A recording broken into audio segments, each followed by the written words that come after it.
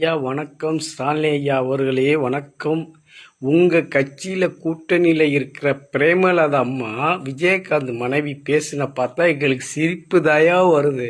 நாங்க ஒண்ணுமே சொல்ல முடியலையா? பொதுமக்களான நாங்கள், ஒரு தொண்டனாக, ஓட்டு போடுற ஒரு தொண்டனாக இருக்கிற நாங்கள் ஒண்ணுமே சொல்ல முடியாத, சிரிக்கிறக்கே முடியலையா? அண்ணன் மேல எந்த தவறும் இல்லை, ஒரே ஒரு தவறுதான் இருக்குதான்.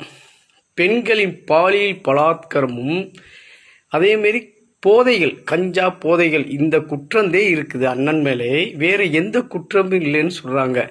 ஐயா, குற்றத்திலே மெயின் குற்றம் இதுதாய பெரிய குற்றம்.